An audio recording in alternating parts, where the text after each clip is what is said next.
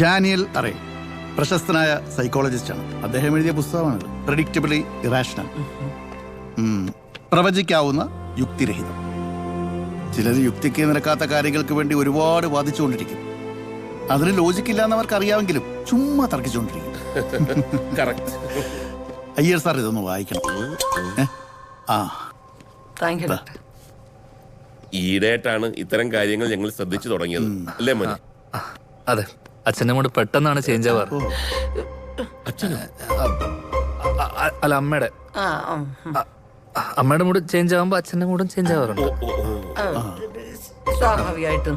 ഉറക്കം കിട്ടാറുണ്ടോ? ഞാൻ നേരത്തെ കിടന്നുറങ്ങും. ശ്രീനേട്ട് എപ്പോഴാ വന്ന് കിടക്കുന്നതെന്ന് എനിക്കറിയത്തില്ല. ഞാൻ അങ്ങനെയൊന്നും ഉറങ്ങാറില്ല. അതെന്താ? പല പല ചിന്തകളല്ലേ. അങ്ങനെ പറഞ്ഞാൽ പറ്റത്തില്ല. ഉറങ്ങണം.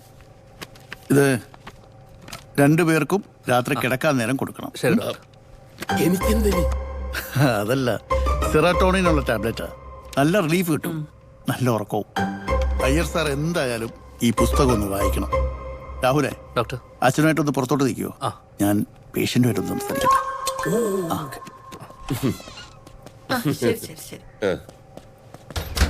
മാഡം, എപ്പോഴാണ് അദ്ദേഹത്തിന് ഈ ചേഞ്ച് കണ്ടു തുടങ്ങിയത്? അങ്ങനെ ചോദിക്കുകയാണെങ്കിൽ ഡോക്ടറെ കുറെ മുമ്പേ തുടങ്ങേണ്ടി വരും. ഞങ്ങൾ രണ്ടുപേരും സ്നേഹിച്ച് കല്യാണം കഴിച്ചവരാ. ആ സമയത്തൊക്കെ കുറച്ച് ഓവറായിട്ടുള്ള എന്താ പറയുന്ന പൊസസീവ്നെസ് പോലെയൊക്കെ ഉണ്ടായിരുന്നു. അതുകൊണ്ട് ഞാനത് അത്രയ്ക്ക് മുഖവിലേക്ക് എടുത്തില്ല. പക്ഷെ മോൻ ജനിച്ചതിന് ശേഷം കുറേശ്ശെ കൂടുതലായി തുടങ്ങി. മോൻ എന്ത് ചെയ്യുന്നു, മോൻ ഉറങ്ങിയോ, മോൻ ആഹാരം കഴിച്ചു, ഇങ്ങനെ തുടർച്ചയായിട്ട് ചോദിച്ചോ.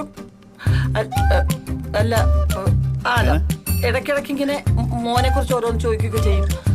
അത് കുറേശ്ശെ ആവും. വളരും തോറും അങ്ങ് പീക്കായി. അങ്ങനെയാണ് ഞാനിത് ശ്രദ്ധിച്ചു തുടങ്ങിയതും കുറേശ്ശെ എന്റെ മോനെ അറിയിച്ചു തുടങ്ങിയതും. ഇപ്പോഴത്തെ പ്രശ്നം എന്ന് പറഞ്ഞാൽ രാഹുലിന് അവന്റെ ഒരു കാര്യങ്ങളും സ്വന്തമായിട്ട് തീരുമാനം എടുക്കാൻ പാടില്ല. അതെ, ഏത് കാര്യത്തിനാണെങ്കിലും അദ്ദേഹം തന്നെ തീരുമാനം എടുക്കണം. അവൻ വളർന്നില്ലേ ഡോക്ടർ? അല്ല, അപ്പൊ അവനൊരു എവിടെയായിരുന്നു നീ? എത്ര നേരമായിട്ട് നിന്നെ വിളിച്ചോണ്ടിരിക്കാന്നറിയോ? ലൈസൻസ് കിട്ടിയെന്ന് പറഞ്ഞ വണ്ടി ഓട്ടി പറഞ്ഞാൽ കൊടുക്കും. ഞാൻ പിന്നെ വിളിക്കാം. വൈഫാ, ഈ വണ്ടി ലൈസൻസ് കിട്ടിയിട്ട് അധികം ദിവസമൊന്നും ആയില്ല. അപ്പൊ ഈ വണ്ടി എടുത്തോണ്ട് പോകുമ്പോ നമുക്ക് ഒരു എന്ത് പറയാ, ഇതൊക്കെ ഈ ആൻസൈറ്റി ഡിസോർഡർ ഭാഗമാ.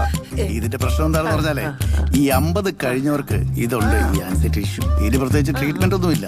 നല്ല കരുതൽ കൊടുക്കുക എന്നുള്ളതല്ലാതെ വേറെ പിന്നെ ഇതുപോലൊക്കെ തന്നെയാ. അതാ ഡോക്ടറെ ചെണ്ട വന്ന് മതത്തിനടുത്ത് പറഞ്ഞ പോലായി.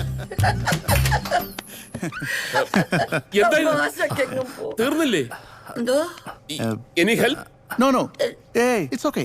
ഞാൻ പറഞ്ഞില്ലേ, ഇതാണ് സ്വഭാവം, ആൻസൈറ്റി. എല്ലാം കഴിഞ്ഞില്ലേ ഡോക്ടറെ?